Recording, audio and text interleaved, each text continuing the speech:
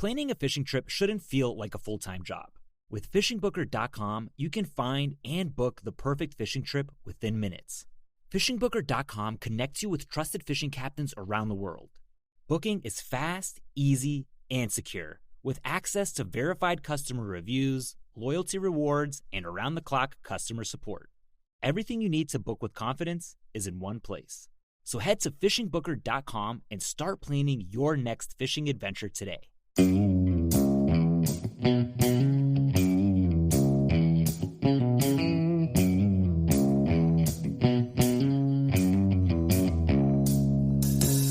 All right, welcome back to the Survival and Basic Badass Podcast, Kevin and Chuck. Today, we're going to talk about playing in the dirt. I love playing in the dirt. I bought a tractor. I love playing in the dirt so much. I like go out, dig holes, move dirt around. Sometimes I just pick it up one part of the yard, put it in the other part of the yard, whatever. It's just a great time. I mean, kids have been doing it, 2 years old on. You're like, I'm going to go play in the dirt. Some start even younger. All right. So caching, burying supplies. Kevin, why would we even want to do that? Like, I don't even understand. Why would I want to put my awesome new toys in the dirt? Right. I mean, why not keep them in your basement where you're already keeping all your stuff? Why not keep it in the cupboard, Someplace where you can in the keep nice, an eye safe, on dry area, sure right? Everything stays in good shape. Well, there's a couple of reasons why you might want to move stuff around, and why you not want to have all your eggs in one basket.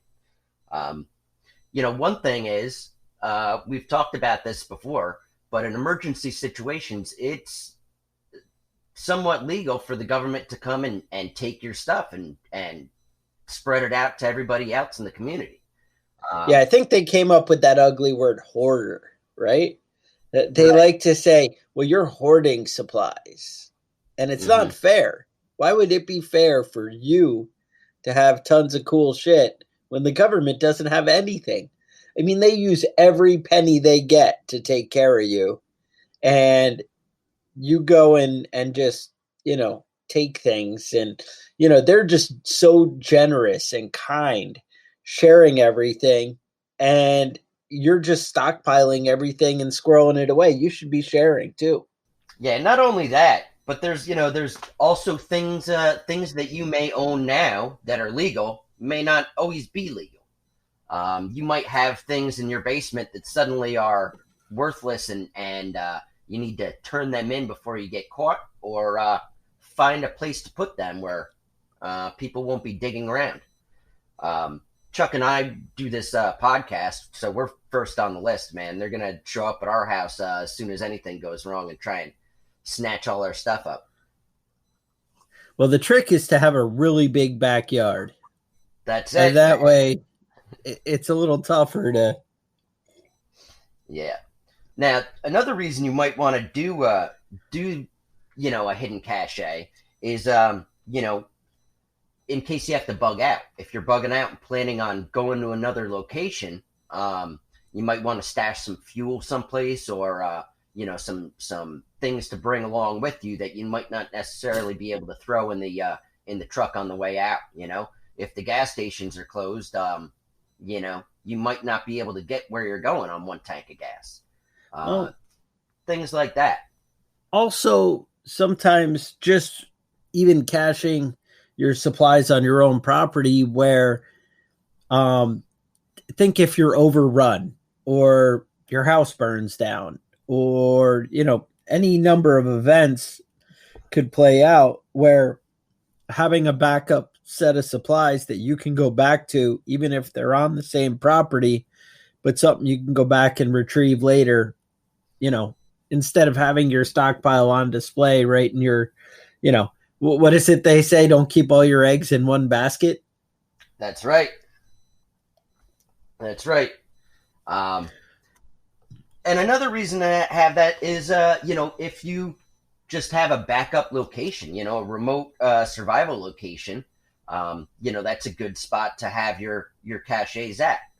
One thing about burying it in your yard you want to be conscientious of is that, companies will come have a right to dig through your property in certain locations, when it comes to power lines and water lines and things like that. So you want to be conscientious of where those lines are, that somebody isn't accidentally digging up your stuff for you before you want. Yeah, that or that you don't dig up the phone lines that run through your front yard, or the power lines, even worse, right? Right, when you're trying to bury your cache. Some of you guys who are a little less maybe in the contractor world or whatever, maybe you've noticed those stickers that say call 811 before you dig, call before you dig, right? Turns out, so I've actually called that number. I can tell you, I know you have too in your line of work. You've probably come across it as well. But when I bought my new property, and when I was in New York, I knew, where everything was, and we were pretty remote where there were no utilities and, no anything kind of out there. Everything, you were on your own. You had to have your own well and septic, which I do here, but there's still, power lines run throughout the property, and here they are buried, as opposed to in New York. I had, ones from the pole that you could see. Turns out trees fall down left and right where I live. So, burying them is a better move. But what I noticed is when I called, it's supposed to notify everybody who could possibly have things buried on your property. And they have the opportunity. You're supposed to give them like a week, maybe it's 2 weeks, to come out and do it, to mark everything. Nobody showed up. One guy showed up at the very end, and he ended up being from the call before you dig place. He wasn't from the power company. He wasn't from all those people. Said they tried to go and that they couldn't get onto the property, which is a total lie and whatever. But, we won't talk about that because with COVID, nobody was going out. There's always people here, But right. Anyway, they did come out. The guy from, from the 811 or whatever, and they mark the lines and they tell you how deep they are, and a pretty good idea where everything is. That's pretty cool. That's useful for anybody who's doing, stuff on your property and any kind of work. That's something, obviously I'm not going to call them every time I dig a hole, but now that I have an idea of where everything is, I know, hey, I can, go freely over here and dig without concern, and other places I need to be more careful. Like Kevin said, it's great to make sure that somebody doesn't come along find your stash and be like, hey, look, somebody buried a box of money. Let me take that. Or, hey, here's 5 cans of ammo that turns out, ammo is $1 a round now, and I'd love to have that, So a good way to protect your stuff is kind of by playing by the rules. So something to keep in mind. Doesn't cost you anything. Not something you can take advantage of all the time, but, something you could do to kind of get a better idea what's going on your property. So what kind of stuff would you even put in a cache, Kevin? Like what do we?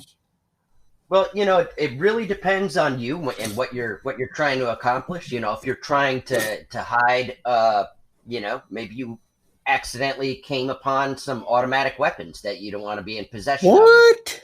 Who knows? Who knows what could be happening? But there's a lot of different ideas. I saw one guy had found he had bought one of those storage lockers. Yeah. It had auctioned off. Somebody had stopped paying for it and auctioned it off, and he found some stuff in there that had some coordinates. And it ended up being not too far from where he was in Utah. And he went out there searching for it with a metal detector, and he got a small hit and started digging, and he found a trash bag. And inside the trash bag was a big plastic case that was sealed shut. And when he opened it up, he found all sorts of stuff in there. There were MREs, firearms, handguns and ammo. Had some water purification stuff, some bottles of water, and had 2 packages of $10,000 each. Now, that seems like a pretty good stash to find, but I don't know that would store a bunch of cash in a cache. Well, I mean, it is in the name. 20 grand anyway. Yeah. No. That's it. Well, I mean, maybe $500. Yeah, if you bury some money in there and you dig it up 10 years later, that money's not going to be worth anywhere near what it was worth when you buried it. Inflation will rob you. And believe it or not, if you don't protect it well, money will deteriorate very quickly. Mm-hmm. So what I would go for is let's start with the food. If you're burying stuff, the main enemy is water. You really want to keep the moisture out, and we'll get into that a little bit further in the podcast here. But when you're doing food, you want to make sure you have something that's sealed up good. Like canned food can be good. Dried sealed foods is what you want. MREs are really good because they're sealed in a heavy plastic package. Okay. Another thing I would want to think about is like water. Now, you may not necessarily want to just bury bottles of water.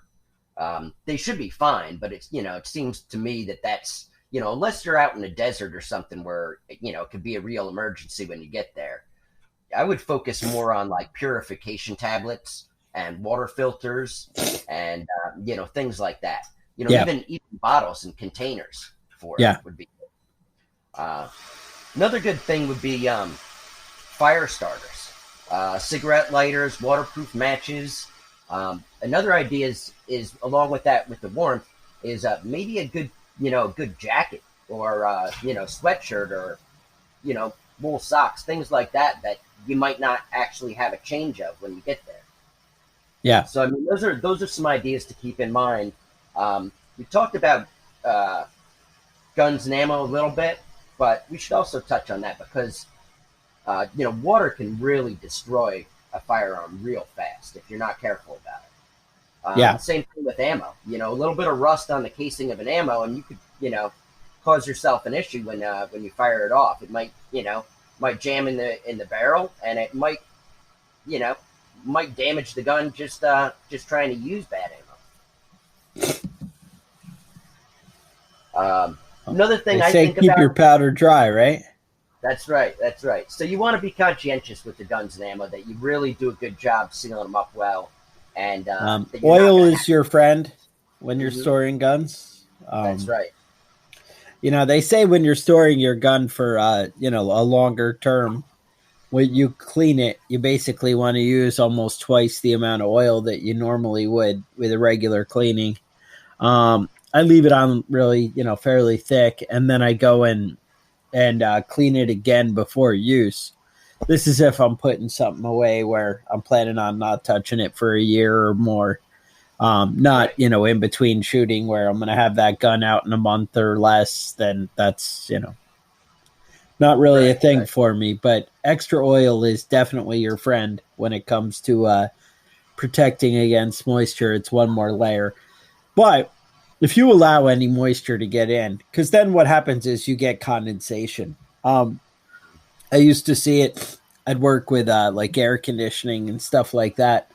People would think, oh, I'm going to protect my air conditioner by putting a cover on it, because they'll have these permanent ones that, stay out all year. They'll put a cover on it, and those ones are always destroyed.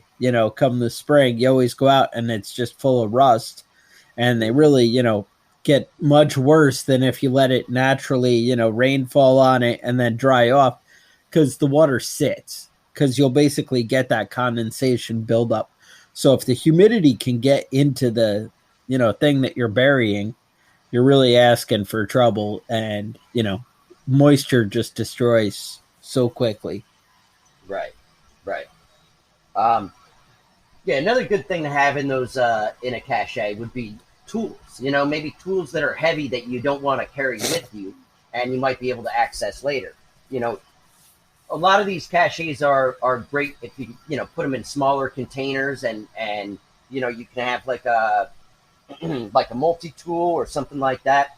But if you have a bigger cache, something like hatchets, axes, we talked about firearms, but tools like that where you that are bigger and you might not really want to have in your bug out bag because it's, going to weigh you down, this might be something, a good place to store those types of items. Right.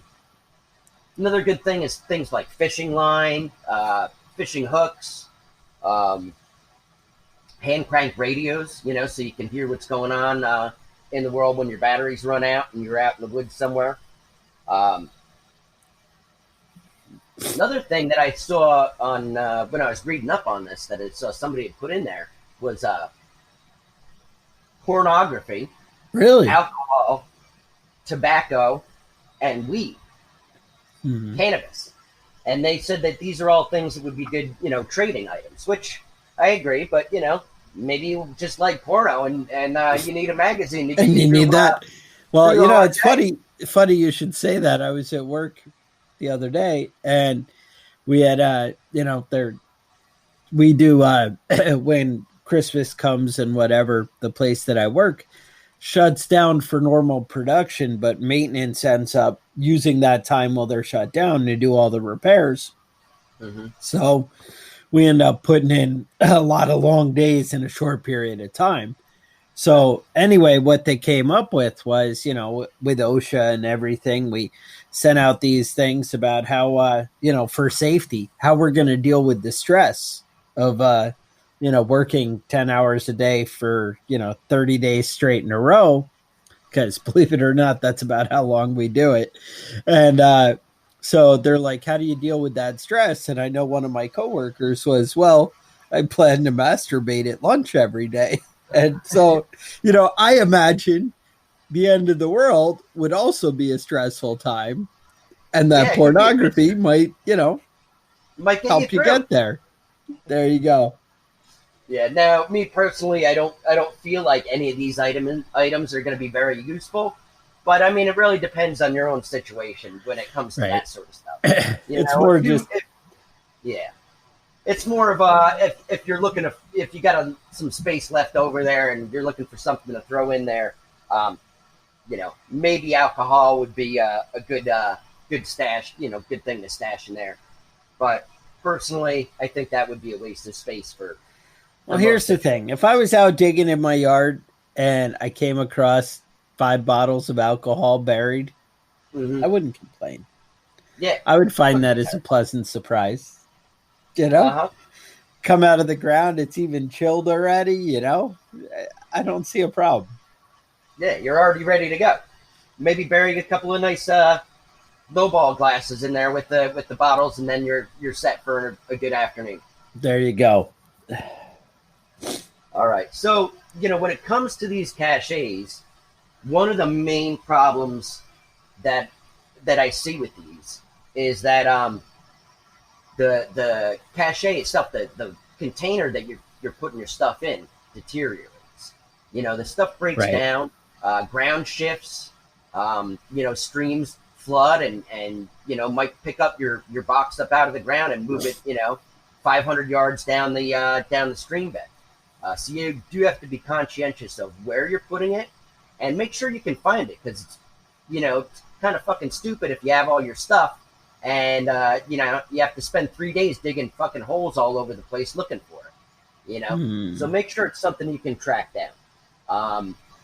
You can put it someplace with a bunch of metal over top of it. I saw some of the guys were burying old stuff that they were finding in the area, like old soda cans and things like that, so that if a metal detector guy did come out there, he would be finding that stuff first. But also you would be able to find it with a metal detector because the general area that it's in, and once you get that metal hit, that it's a foot below that can. Yeah, it's funny. One of my neighbors came up to me the other day and was like, hey, he actually had a business card made up and whatever. And I don't know, it had some thing that he is, but it basically is somebody that likes to play with metal detectors, whatever that means. And he had a business card made up about, whatever. So he's like, oh, I know that your property has, buildings that are hundreds of years old on it. And I'd love to, come out and see what I could find in your property. And I was thinking, gee, after working on my rusty truck from New York, there's so many little pieces of metal all over the yard. He's going to be hitting that everywhere. He's going to be hitting it everywhere. I'm like, well, I know that one time I lost a ring, and I went out with the metal detector to try and find it, and it ended up being where like they keep trash, like where the garbage cans were. And there was so much stuff buried there, little bottle caps and little pieces of garbage and everything that, man, everything hit with the metal detector. And there'd always be something there, but it was like, little garbage. One of the things, I feel like if you took a handful of coins and just threw them out every, couple of places in the property, you could really mess with somebody with a metal detector. That's all I'm saying. Yeah.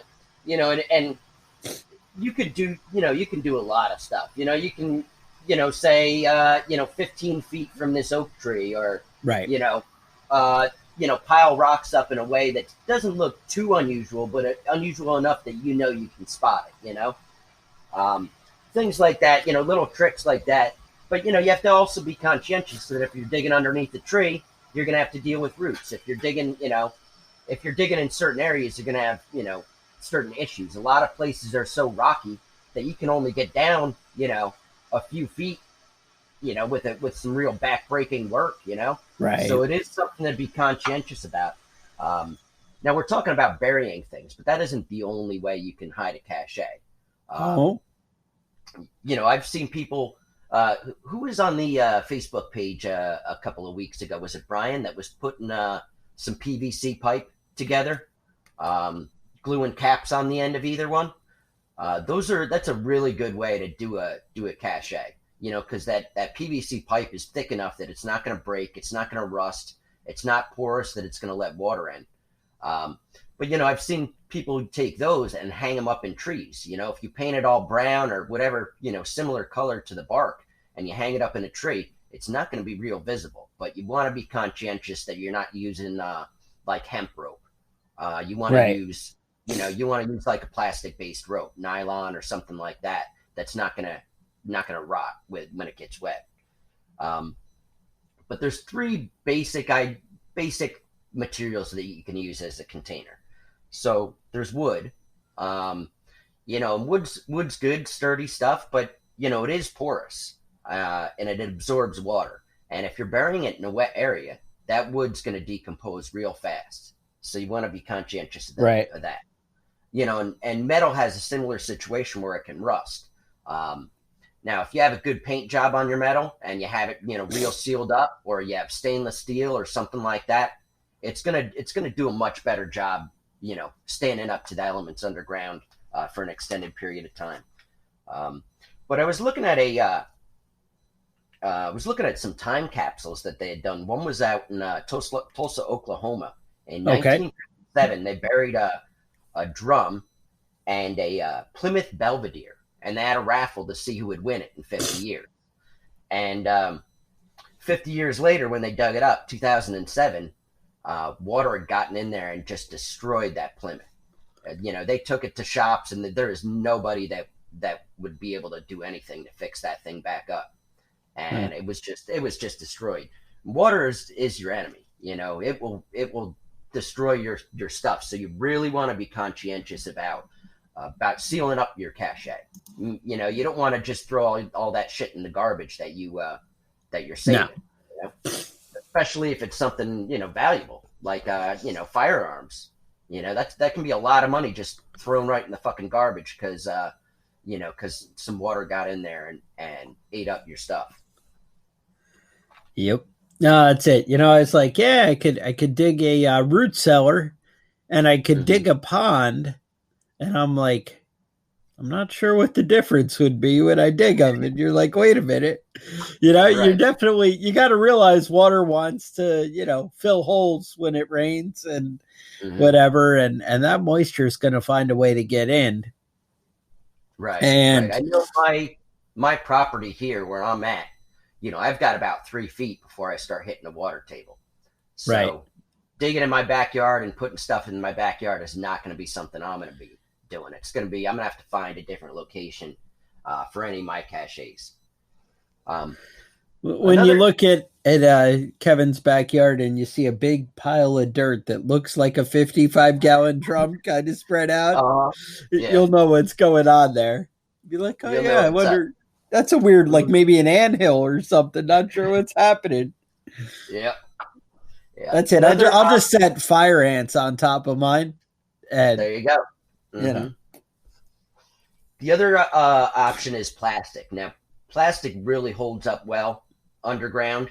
You know, they used to have commercials. Plastic is forever. Right. Turns out they don't use those commercials anymore because turns out forever was like 10, 15 years. And then. Yeah, it doesn't last forever. But no, it does hold up very well. Thick plastic, you know, you don't want to just wrap your things in a garbage bag and throw it in the ground and expect that's gonna. Right. There are different grades of plastic. But anyway, go on. Those 55-gallon drums that you're talking about actually are a really good quality plastic to bury. Yeah. You know, but you also have to be conscientious when you're burying something like that. You got to dig a hole for a 55-gallon drum. That's a big ass hole. You know, it's a big ass hole. And rodents can chew through plastic, and they will chew through plastic if they have a reason to do it. So, so I used to have chickens. Well, I still have chickens, but at a different location, I had chickens, and occasionally one would die. You know, nature would come and take it and whatever. So I'd take it and bury it. Turns out, even up to like 2 feet. Odds are something would come in the night, coyotes, whatever, foxes, and they would dig it up. And they would take it. So 2 feet, their sense of smell is phenomenal. And you got to realize animals will dig up your cache if you do not protect it. And so needs to be deep enough, covered, maybe hard enough for them to get at. You know, if you had like a sheet of plywood or something over it and then dirt, you know what I'm saying? You put your cache in the ground, then you put plywood and whatever, something that it's going to make it a little tougher for something to dig into. Now, they do have like ground penetrating radar, but you got to remember, what kind of resources does somebody coming looking at your backyard have to, you know, figure out what you got hidden? You do want a small footprint. You do want, you know, to make it so that metal detector and things like that, it's not going to be blatantly obvious. But again, if you have a big area, you know, who knows? Anyway, something to think about. You know, I don't know why you'd ever want to bury anything. You should just leave everything on your front porch for everybody to see, is what I always say. Right. Just leave it out. Leave it out. What happens. Wait for the porch pirates. Now, I think that metal. I had seen some people that had been built or buried some metal canisters, and what they were using was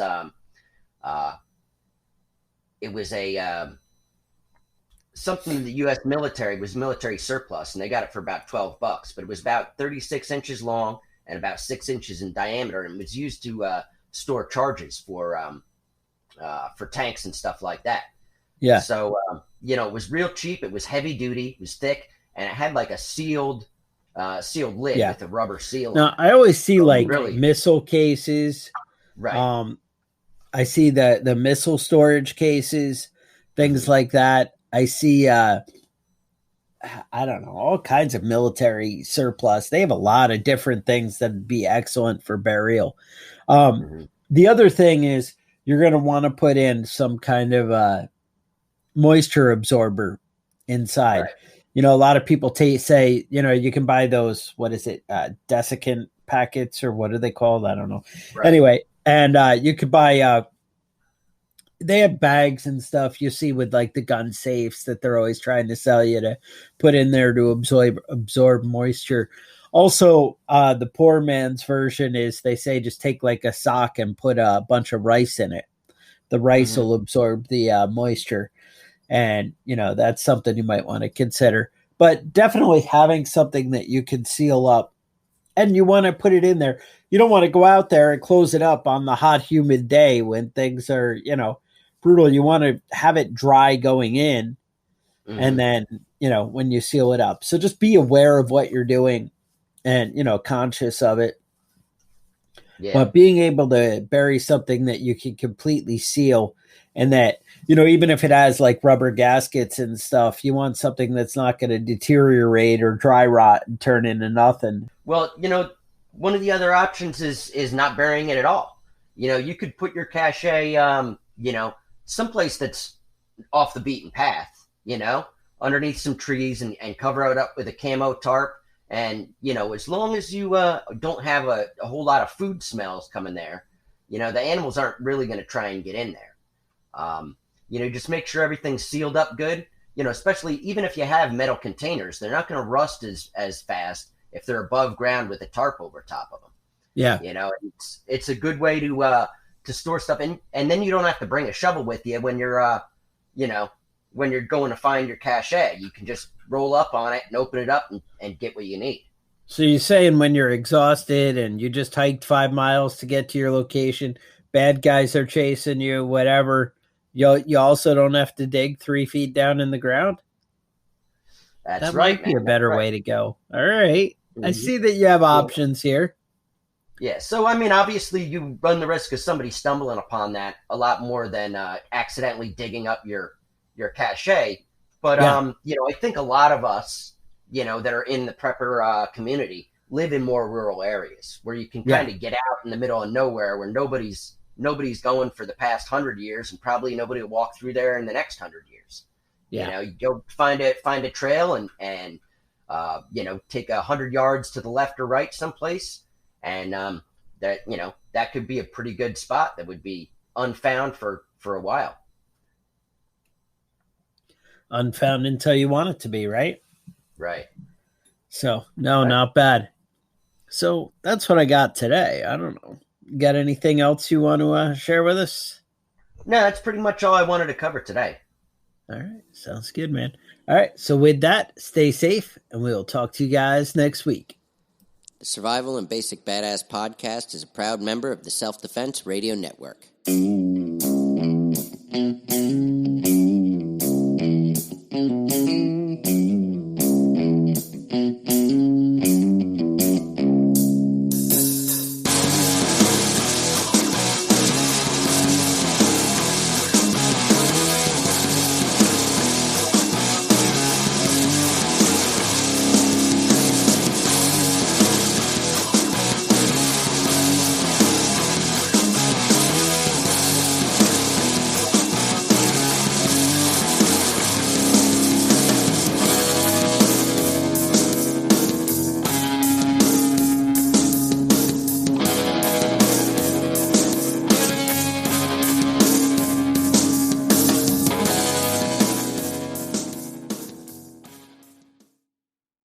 Planning a fishing trip shouldn't feel like a full-time job.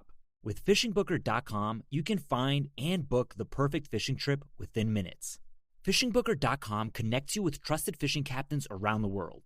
Booking is fast, easy, and secure, with access to verified customer reviews, loyalty rewards, and around-the-clock customer support. Everything you need to book with confidence is in one place. So head to FishingBooker.com and start planning your next fishing adventure today.